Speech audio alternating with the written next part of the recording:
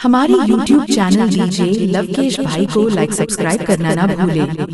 तोरे मोर माया करना जाने तोरा के तोरे मोर माया करना जाने तोरे मोर माया करना जाने तोरा के तोरे मोर माया करना जाने नहीं छूटे माया के गढ़ा नहीं छूटे माया के गढ़ा।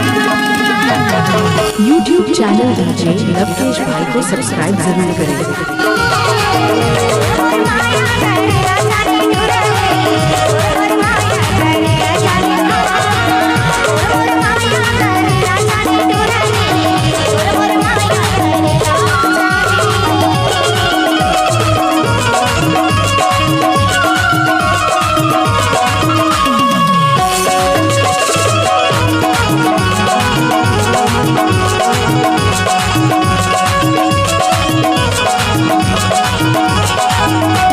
आपने सुना होगा लवकेश डीजे का नाम।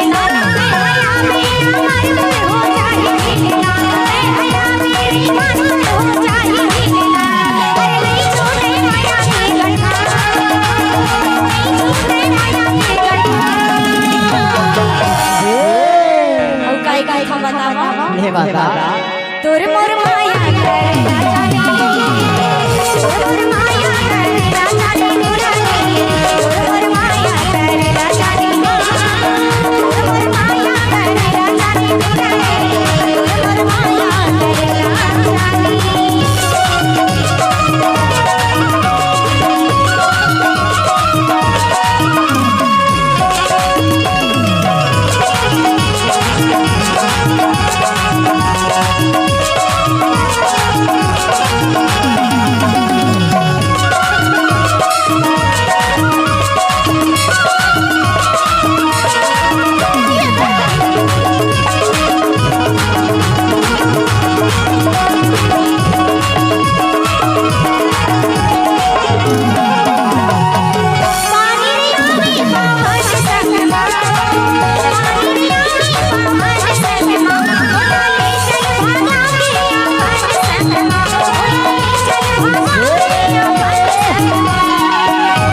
YouTube चैनल डीजे लवकेश भाई को सब्सक्राइब जरूर करें।